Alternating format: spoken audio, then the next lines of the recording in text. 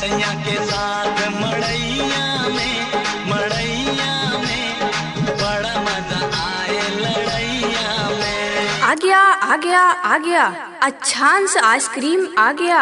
आपके गांव गली मोहल्ले आपके घर के सामने। जी हाँ, आइए अपने मनपसंद आइसक्रीम खाइए।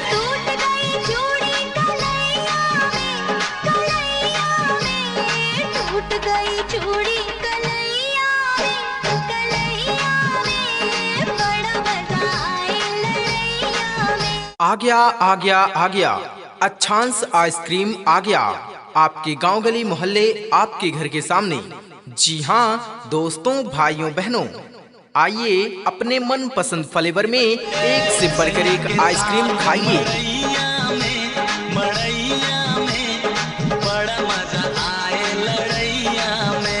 ऑरेंज, मैंगो, स्ट्रॉबेरी, कोला, जैड, वनीला, मैंगो बार, चोकोबार, नारियल, छोटा कफ, बड़ा कफ, छोटा कौन, बड़ा कौन, मटका, कसाटा, तिरंगा कुल्फी। तकरार करके जिया को जलाए, वो ना कभी प्यार से पास आए। आप खाइए आइसक्रीम, हम खिलाएंगे बड़े प्यार से।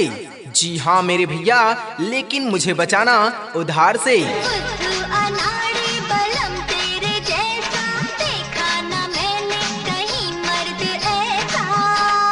हमारे पास आपको मिलेगा ऑरेंज, मैंगो, स्ट्रॉबेरी, कोला, जैड, strawberry, vanilla, mango bar, chocobar, नारियल, छोटा कप, बड़ा कप।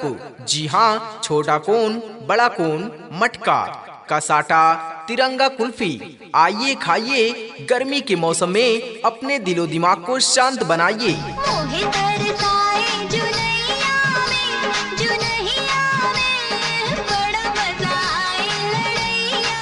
आइए खाइए और मस्त मस्त हो जाइए अच्छांस आइसक्रीम। जी हाँ, हमारा पता है परसपुर, बेलसर रोड, नकईपुरवा मोड़, जिला गोंडा। जी हाँ, अच्छांस आइसक्रीम लेकर आ गया है आपके लिए शुद्ध और सफाई से बना हुआ ठंडी ठंडी मीठी मीठी आइसक्रीम। सैया के साथ मड़ैया में बड़ा मजा आए लड़ैया में। जी हाँ दोस्तों, शादी विवाह, बर्थडे एवं किसी भी शुभ अवसर पर आइसक्रीम ऑर्डर करने के लिए संपर्क करें अच्छांस आइसक्रीम। हमारा पता है परसपुर, बेलसर रोड, नकईपुरवा मोड़, जिला गोंडा। हमारा मोबाइल नंबर है 97 18 87 03 15। हमारा दूसरा नंबर है 94 54 17 50 54। अच्छांस आइसक्रीम।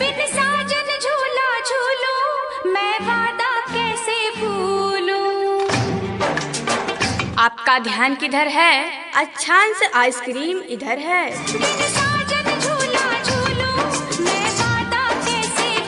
क्या शर्ते जमाना है? अगर आपको अच्छांस आइसक्रीम खाना है तो जी हाँ भैया जी, हमारे प्रचार गाड़ी के पास जरूर आना है और अच्छांस आइसक्रीम खाकर जाना है।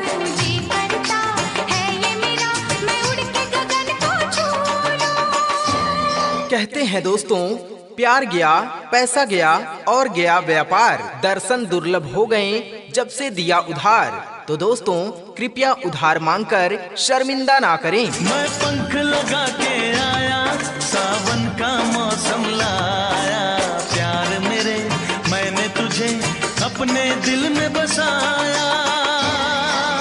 4 दिन की चांदनी फिर अंधेरी रात, चले जाएंगे अच्छांस आइसक्रीम वाले भैया तो बहुत ही पछताएंगे आप।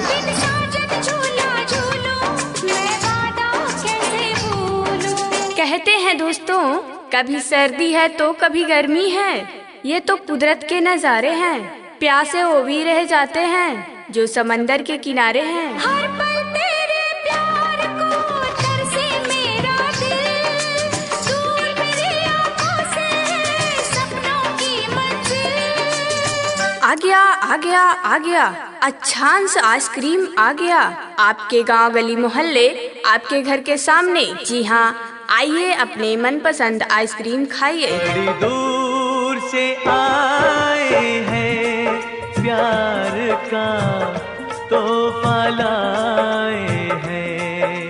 आ गया अच्छांश आइसक्रीम आ गया। आपके गांव गली मोहल्ले आपके घर के सामने।